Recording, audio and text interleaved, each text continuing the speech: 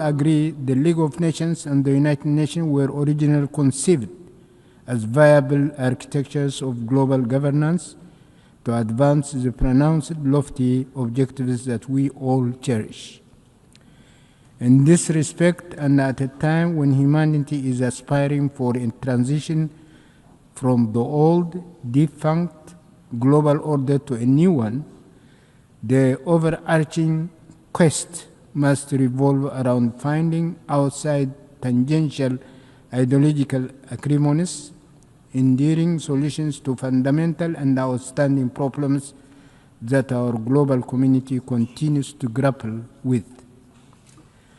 Economic injustice has remained the primary challenge for mankind and all the peoples as a whole since ancient times, from primitive social systems to the epochs of slavery and colonization, all the way until our contemporary times in a developed 21st century. The perennial challenges stem from modalities of wealth creation and accumulation, and notably in relation to wealth and income sharing. The fact is, past and present global systems are broadly rooted on monopoly, plunder, and deceit. Domination and attendant policies crafted to that end, military power that is garnered, and military assaults unleashed are indeed mere tools of domination and plunder. Similarly, various economic and financial architectures are essentially enunciated to bolster the objectives of domination and plunder. Policies formulated and operations undertaken to expand the spheres of influence are likewise sheer means of domination and plunder.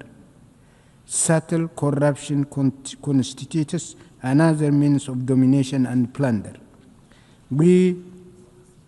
Wars, conflicts, and crises are also stoked and aggravated for the sole purpose of domination and plunder. Tools of propaganda and deception are weaponized for similar objectives. Ladies and gentlemen, in the event, the cardinal challenge is how to bring about a new global order that promotes justice and fairness to supplant prevailing global governance architecture whose defining contours remain domination, plunder, deceit, and repression. Spiraling oppositions underway in various parts of our world, including in the developed and industrialized regions, through expansive popular demonstrations against dire economic trends and debilitating debt anchored by governments, are only the tip of the iceberg. But what is extremely preoccupying is the appalling economic situation in the underdeveloped countries, and more specifically in the marginalized African continent. Although the details can be assessed on a case-by-case basis, most of Africa's economy remains primitive.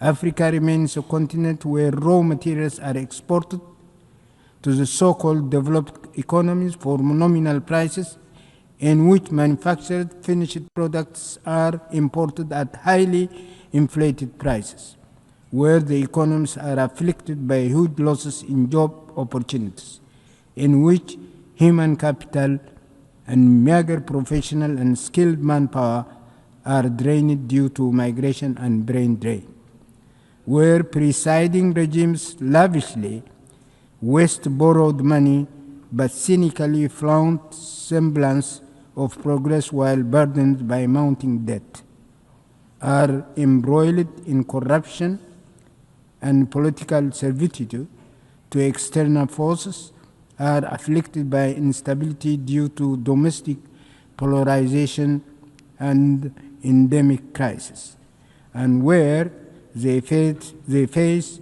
rapid population growth as well as imminent challenges and disasters.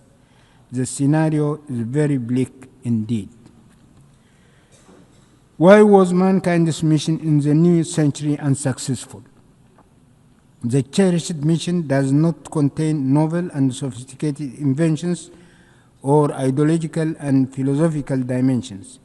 The values of the missions invoked and that underpin the struggle during the epochs of slavery have not changed whatsoever in this so-called new 20th century.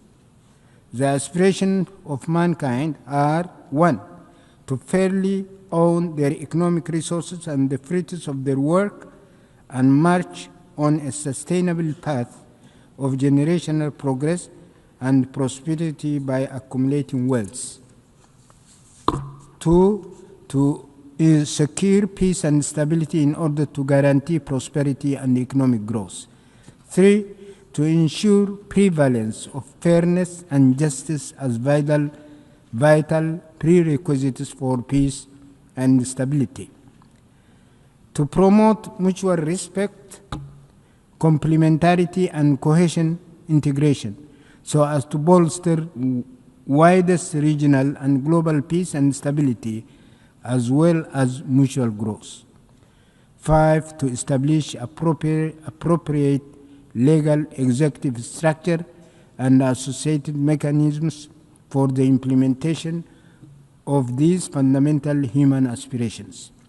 Ladies and gentlemen, although mankind's aspirations have not been realized as yet, its cherished aspirations cannot be shelved or postponed. Failure to achieve the desired objectives can only spur stronger resilience and greater moral imperative. In the event, the timely and pressing task for all the peoples of the world is to strengthen their organizational and coordination mechanisms in order to prevail against perennial injustices, domination, deceit, coercion, intimidation, plunder, and monopolization, whatnot. In this regard, we call for the categorical lifting of all unilateral coercive measures and sanctions imposed on countries such as Eritrea and Cuba, including the unjust 60-year-long embargo against Cuba and its arbitrary designation on the spurious list of state sponsors of terrorism. This will require nurturing broad mechanisms of solidarity as well as continuous review and refinement of their strategies and methodologies. In this respect, the peoples of Africa should particularly work out, in view of the specific hurdles that they are facing, a robust mechanism in order to contribute their share with higher vigor to the collective mission for a new world order in tandem with ongoing endeavors for the consolidation of a broad international alliance. Ladies and gentlemen, on the occasion of the 80th session of the UNGA, I would like to mention that in the interest of time, I have chosen not to delve into vital issues pertaining to palpable shortcomings of the United Nations and its various agencies, along with possible remedial measures, as well as the various initiatives underway by several parties for the crystallization of a new global order. I thank you.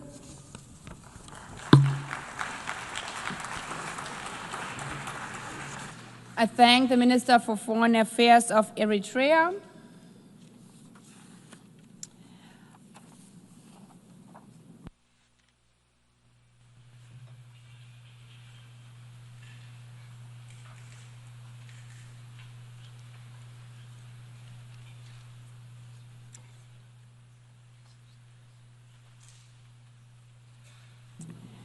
I now give the floor to His Excellency Alva Romanus Baptiste, Minister for External Affairs, International Trade, Civil Aviation and Diaspora Affairs of St. Lucia.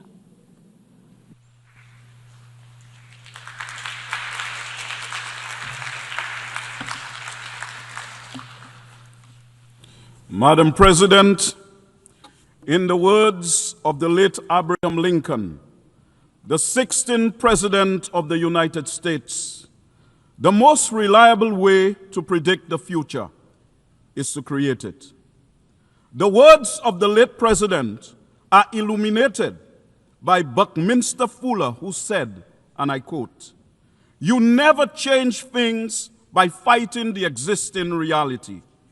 To change something, build a new model that makes the existing model obsolete," unquote. Hence, Madam President, the theme for this 80th session of the United Nations, Better Together, 80 years and more for peace, development, and human rights, is a trumpet call to like-minded countries to urgently reconstruct a better future for humanity. Building that better future together emphasizes the importance of international cooperation and shared responsibility.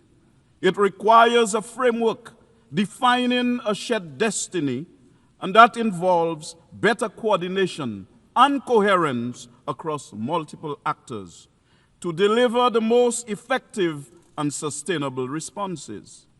In this regard, Madam President, St. Lucia, as a small island developing state, has maintained its engagement in the various processes of critical importance to its domestic agenda at the United Nations, such as climate change and sustainable development, financing for development, international ocean governance, the proliferation of small arms and light weapons, revitalization of the General Assembly, and decolonization. These all have a real impact on our national plans and programs. In the context of our development challenges, the global economy is facing multiple shocks that are threatening to further retard and reverse progress on St. Lucia's sustainable development. The impacts of these compounding shocks is aggravated by an unfair global financial system that is short-term oriented and crisis-prone, which further exacerbates inequalities. Not to mention that small island developing states like St. Lucia face existential threats amplified by climate change. Despite some skeptics, Madam President, there is no doubt that climate change is the most consequential and formidable challenge facing seeds. In fact, the latest scientific projections portend a grim future.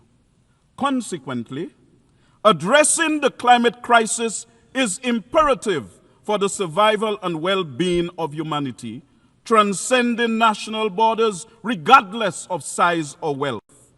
Prioritizing climate action is not just an environmental issue, but a moral obligation to protect human life, uphold global stability, and ensure a sustainable and equitable future for all of humanity.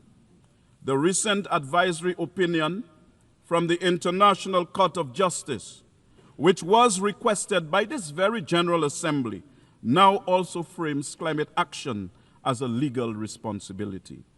Hence, there is an urgent need to accelerate global momentum towards the ambitious targets across various international agreements and development agendas.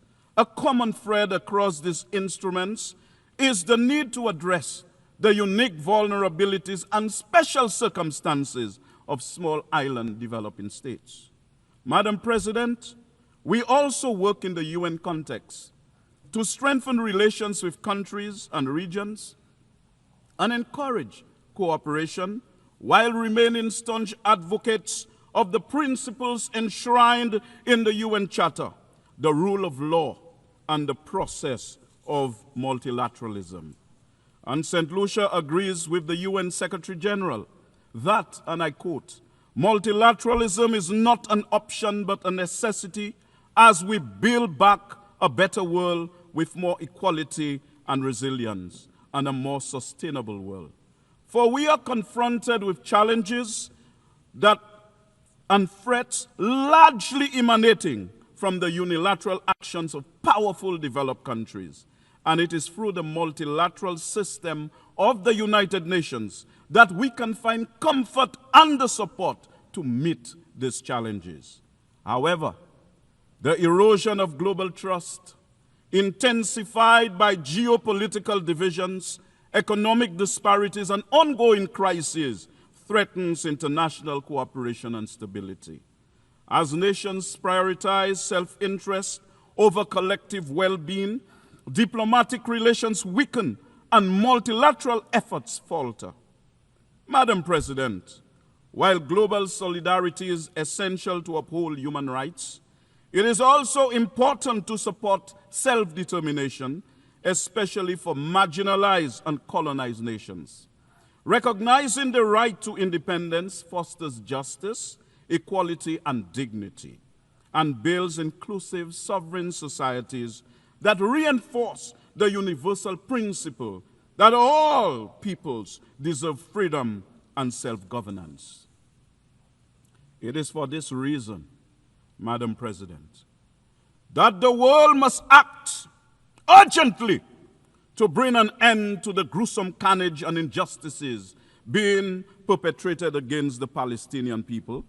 And this must start with the implementation of the scores of resolutions that have been passed by the UN since 1947, which call for the Palestinians to exercise their right to self-determination. Madam President, I draw attention in particular to Resolution 3246 of 1974, which reaffirmed the unassailable rights of the Palestinian people to self-determination, national independence and sovereignty, and the right of the Palestinians to return to their homes and property. In St. Lucia's reaffirmation of its commitment to human dignity, equality, and justice, Madam President, the ongoing Israeli military operations in Gaza and the West Bank raise serious concerns about the humanitarian impact on innocent civilians, which has exceeded disturbing, alarming, and unacceptable parameters. Madam President, dropping bombs on civilian populations, on defenseless men, women, and children cannot constitute a defense of oneself. Using starvation as a method of so-called warfare cannot constitute defense of oneself. Madam President, the destruction of hospitals, schools, and places of worship in Palestine in no way constitute self-defense and are completely unacceptable, inhumane, and atrocious. Is it surprising to anyone, therefore, that based on publicly available data from United Nations and other agencies, at least 66,053 Palestinians have been killed, 65,062 in Gaza, and 991 in the West Bank, and of the identified fatalities, at least 18,430 are children. Further, at least 247 journalists and 540 aid or humanitarian workers have been killed since October 7th, 2023. Madam President, in this morbid scenario, we must remind ourselves that this is not a video game. This is not science fiction, and Palestinians are not imaginary people. They are human beings deserving of our collective respect, independence, and protection. Recognizing the fact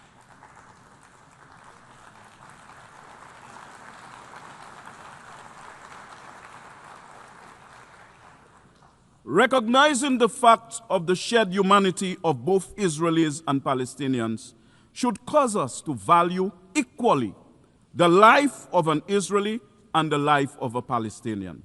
This would lead naturally to the fostering of dialogue and peaceful solutions to ensure security and stability for all parties involved, because respecting human rights and protecting all civilian lives must remain at the forefront of international efforts to resolve the conflict constructively. Madam President, St. Lucia's position is abundantly clear. that there is an urgent need to put an end to the intolerable and significant human suffering, civilian casualties, and widespread destruction. Hence, St. Lucia joins with the majority of member states which continue to call for de-escalation, dialogue, and adherence to international law to prevent further loss of life and foster a sustainable path toward peace. The Palestinians must have their own state and full membership to the United Nations alongside the State of Israel. The only way for Israel to have secure borders is for the Palestinian people to live in their own internationally recognized homeland in accordance with the universal right to self-determination. Peace in the Middle East can only come from this, not from bombs and wars, and terrorism and genocide and illegal settlements. Madam President, clearly, lasting peace cannot be secured on the basis of extremism.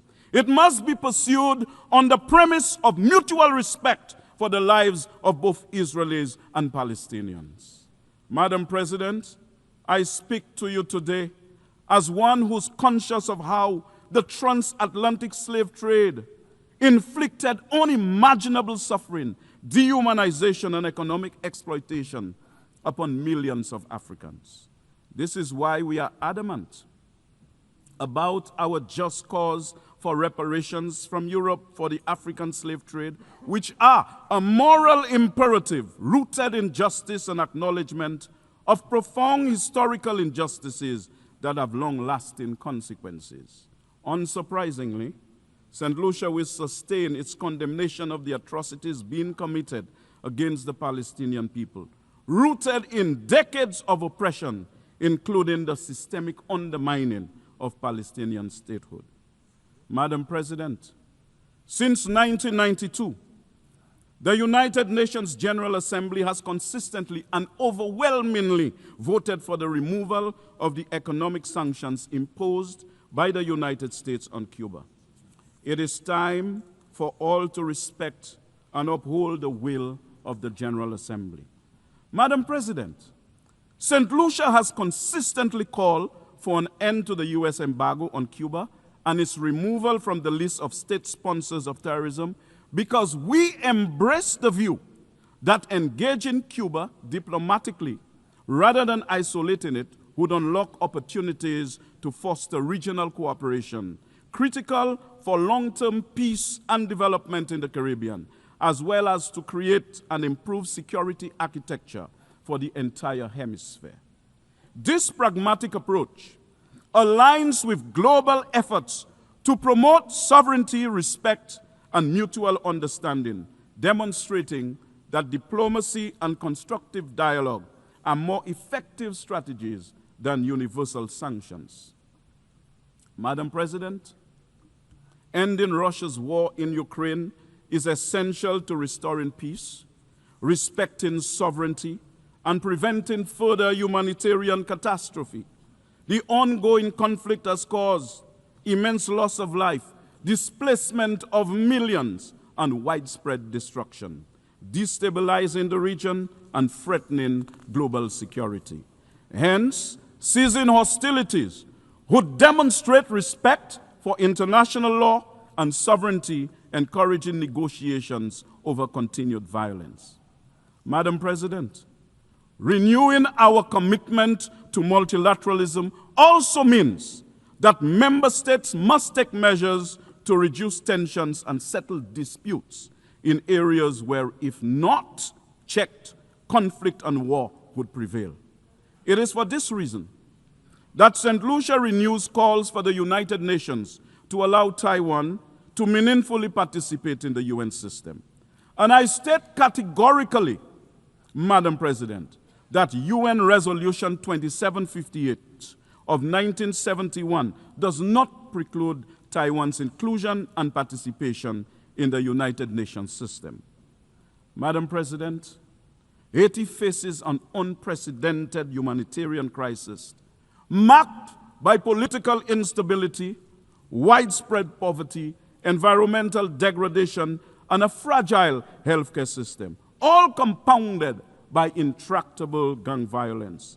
Hence, the urgent need for international support is critical to prevent further deterioration of living conditions, protect vulnerable populations, and restore law and order, as well as basic services like education and healthcare.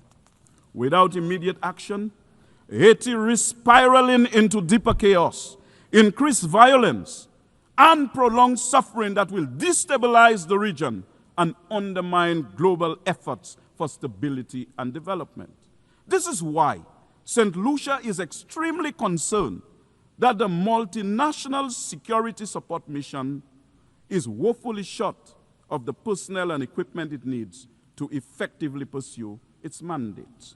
Of the $900 million the UN anticipated raising for Haiti, only 9.2% of this has been received. The UN Secretary General has best described this, and I quote, as shamefully overlooked and woefully underfunded, unquote. Madam President, on the 29th of January 2014, the leaders of the Community of Latin America and Caribbean states declared our region as a zone of peace. It was a declaration based on a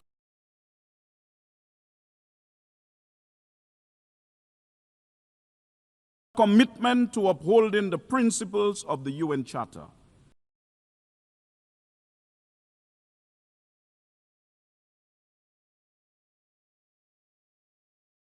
It was based on the understanding that peace was necessary for the development of the peoples of the region, and that peace in the region contributed to international peace and security. As recently as the 13th of June this year, at the Brazil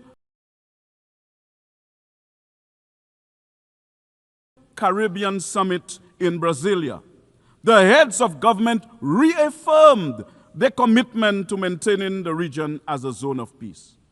It is in this context, therefore, that St. Lucia, like other CARICOM member states, views with concern recent developments in the region which have aggravated tensions between Venezuela and the United States.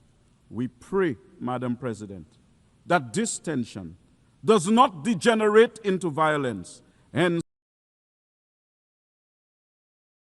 maintaining our region as a zone of peace.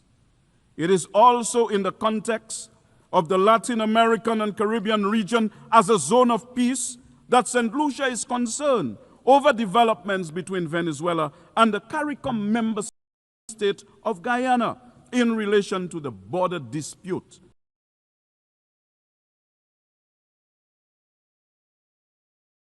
between the two countries. St. Lucia urges the non-use of force on that issue and reliance on the multilateral mechanisms that are in place for resolving it. St. Lucia prioritizes diplomacy over violence, believing dialogue fosters peaceful coexistence and safeguards sovereignty.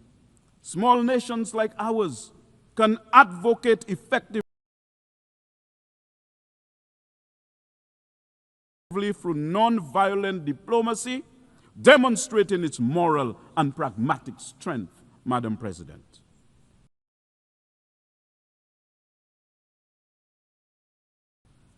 Consequently, Madam President, we have a moral obligation to promote peace, development, and human rights through collective leadership rooted in respect, diplomacy, and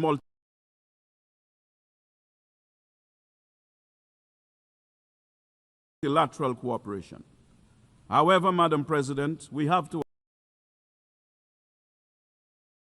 accept that the UN's commission is being ignored and disrespected when we witness the undeniable genocide that is being committed against the people of Palestine.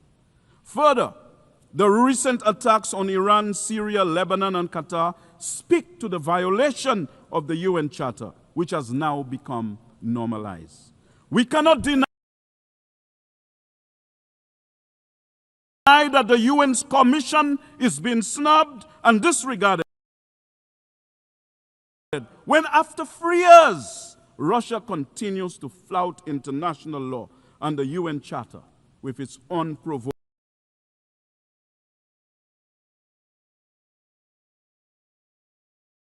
invasion of Ukraine.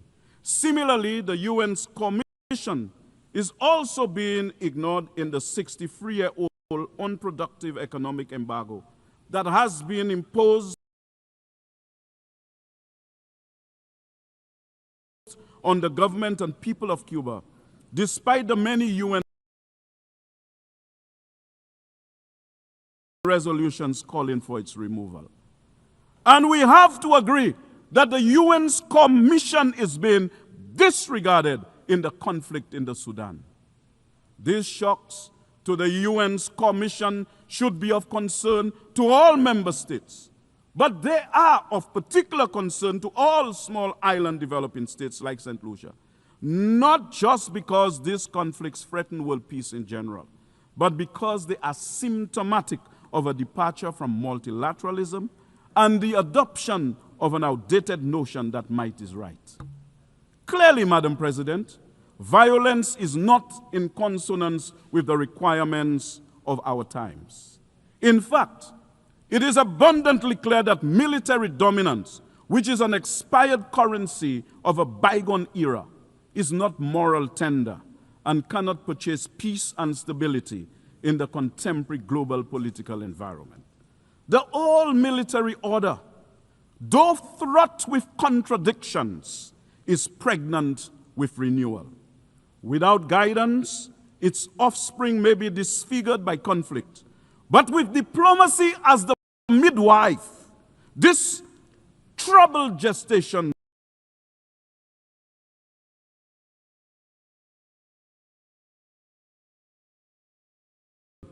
can deliver a new era of peace and stability. The world's intolerance for the carnage in Gaza and the West Bank is symptomatic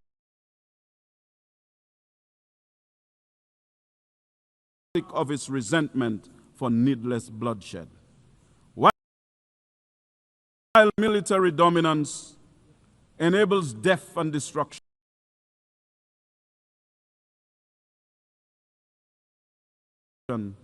it cannot resolve the spectrum of challenges that we as a global family are called upon to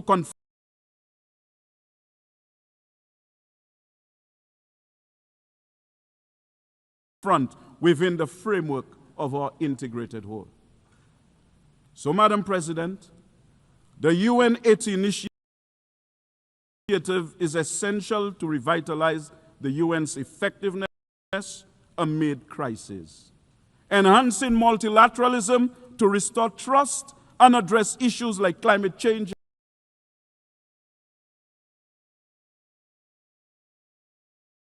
and inequality.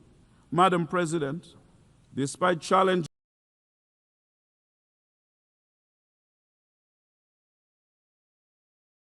like limited enforcement, vetoes, and geopolitical interests, the UN remains a valuable conflict resolution tool. We should leverage the UN to advance economic and social priorities and a stronger international response to global issues. Hence, a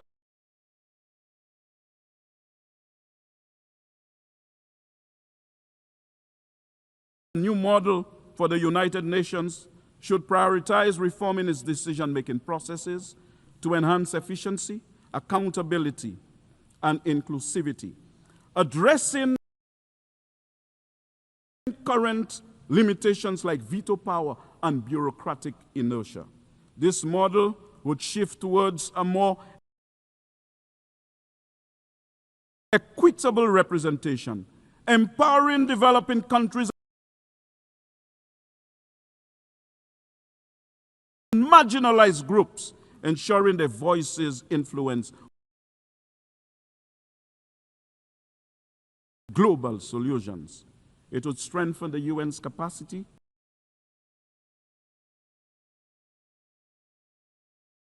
for rapid response to crisis, integrating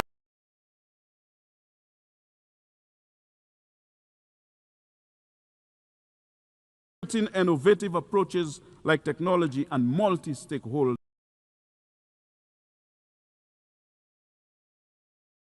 partnerships. By fostering transparency and accountability, this new model would rebuild global trust, making the UN a more effective, responsive, and equitable platform for advancing peace, sustainable development, and human rights in an increasingly interconnected world. This model, Madam President, will give birth to an international environment of peace, of the absence of major conflicts and wars, of the decline of unilateralism, of a greater function in multilateralism that protects us from climate change and climate injustice, from the scourge of illegal weapons smuggled into our countries, an international environment where nations honor their financial commitments and responsibilities and respond and respect and promote human rights that supports our efforts at regional integration. Madam President, as I prepare to close, this model would be a fine testament that after 80 years, multilateralism would be in a good place, and that with the United Nations, we can expect that in the years ahead, there will be more peace, greater development, and the prevalence of human rights. Let us choose it, my dear brothers and sisters.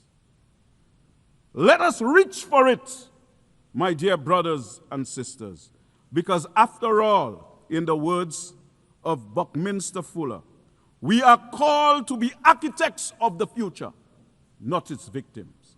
Madam President, I yield the floor.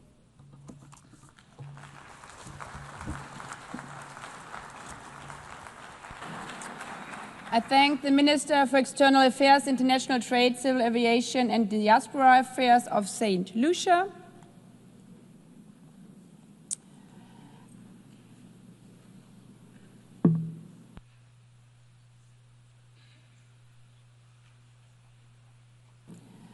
I now give the floor to His Excellency Mulambo Hamakuni Haimbe, Minister for Foreign Affairs and International Cooperation of Zambia.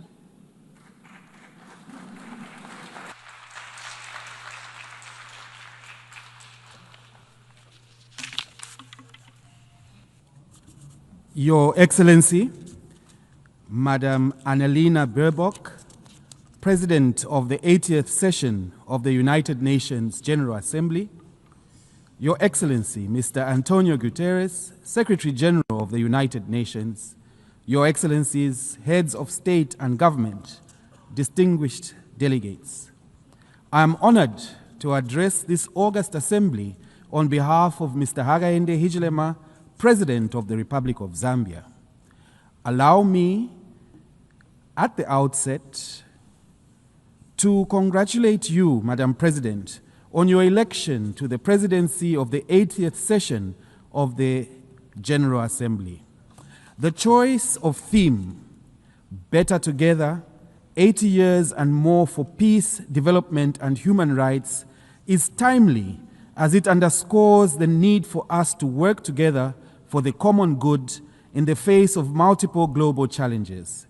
In this regard, Zambia reaffirms its faith in multilateralism and the United Nations Charter, a key foundation for our shared commitment to international peace and cooperation.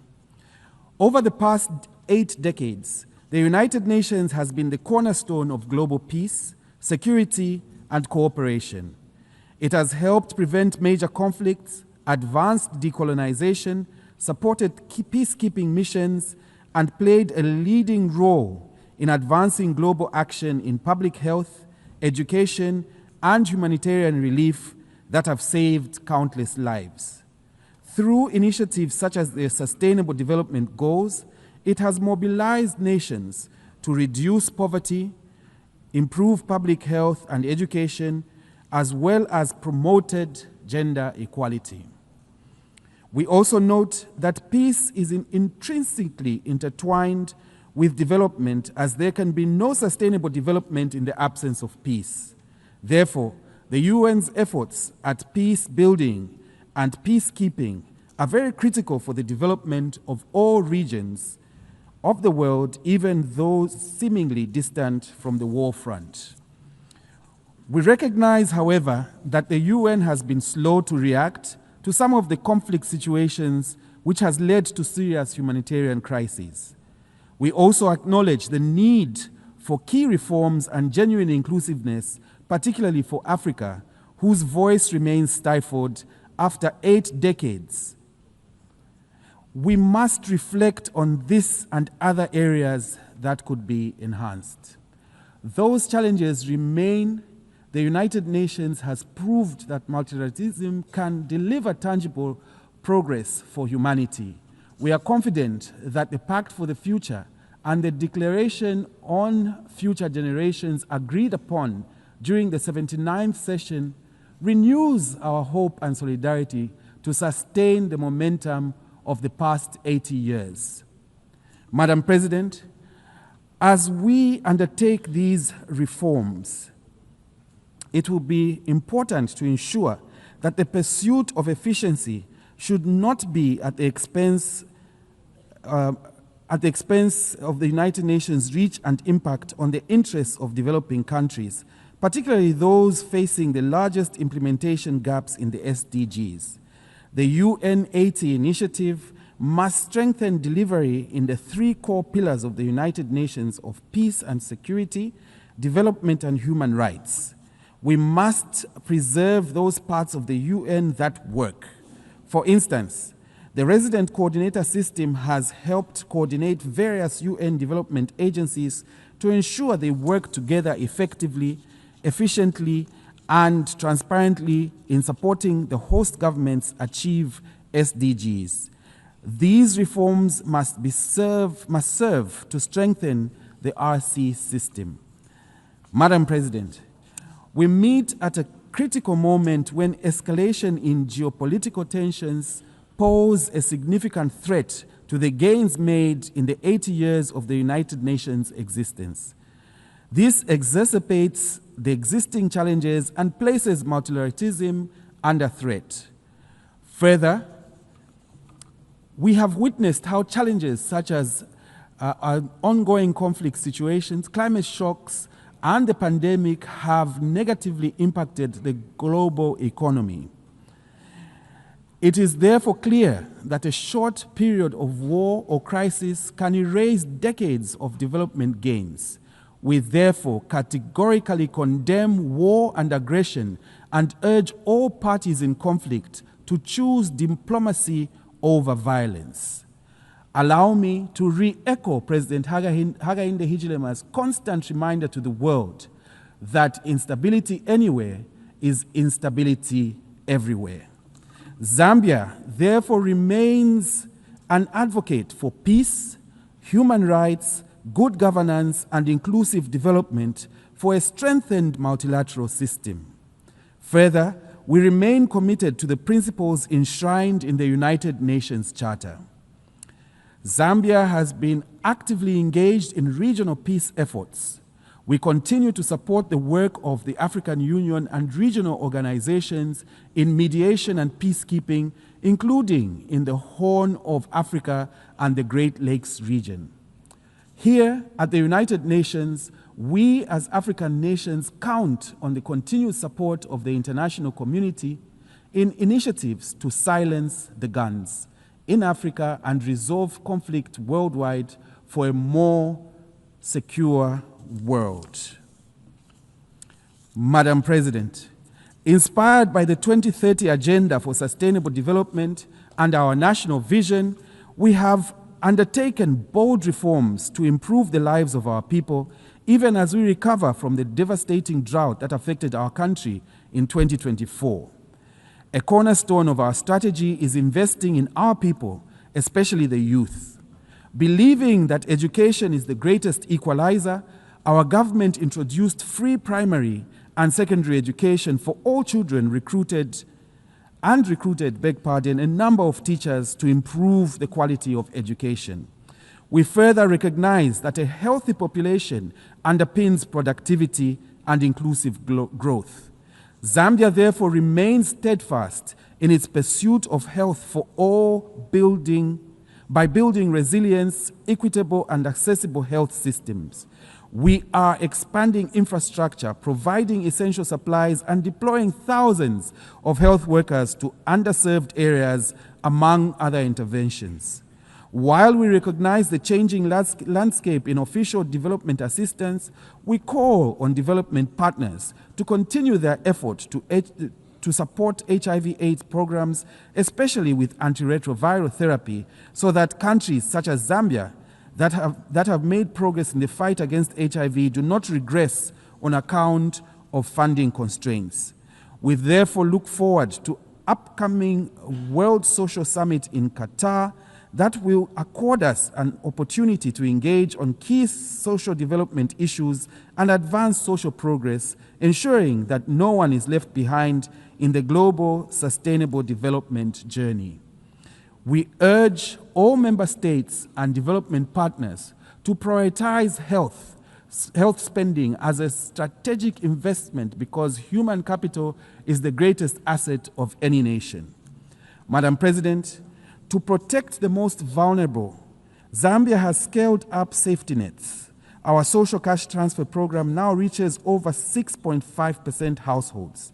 This and other complementary initiatives such as food security packs and skills training has been crucial in cushioning families from shocks and lifting communities out of extreme poverty. Madam President, we believe that empowering women is more than just a moral duty.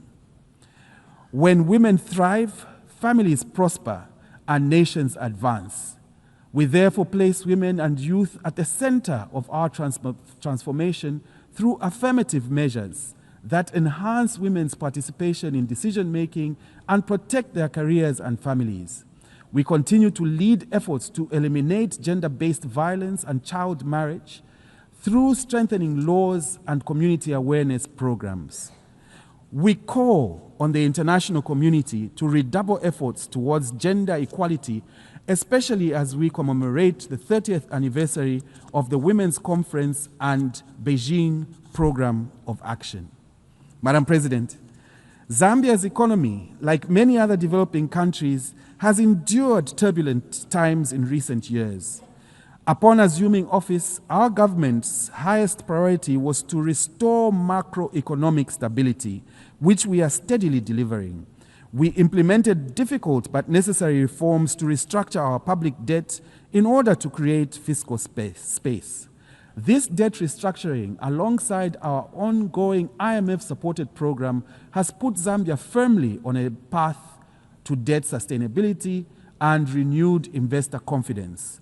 However, stabilizing the economy is only the first step. We equally focused on reigniting growth and economic transformation through diversification. Madam President, the existential threat of climate change looms over all our aspirations. Despite our minimal contribution to global emissions, many developing countries often experience increased frequency of climate shocks, such as droughts and destructive floods. In this regard, we look ahead with a hope to the upcoming COP30 in Brazil, which will mark the 10th anniversary of the Paris Agreement. This milestone conference must be a turning point from promises to action. Zambia has submitted its revised National Determined Contribution, NDC 3.0, and we therefore encourage other countries to do the same with enhanced ambition to be within the reach of the 1.5 degrees Celsius goal. We must act now to limit global warming and to adapt to its effects. Let us summon the political will for bold action that safeguards the planet for future generations. Madam President, 5 years to the year 2030, Only 17% of SDGs are on track. We also note that several developing countries remain fiscally constrained in directing sufficient resources towards SDGs on account of increasing debt burdens, highlighting the need to strengthen mechanisms for resolving debt crises. Against this backdrop, Zambia was privileged to have co-facilitated the outcome document of the 4th International Conference on Financing for Development, which unanimously adopted the Sevilla Commitment. This outcome has renewed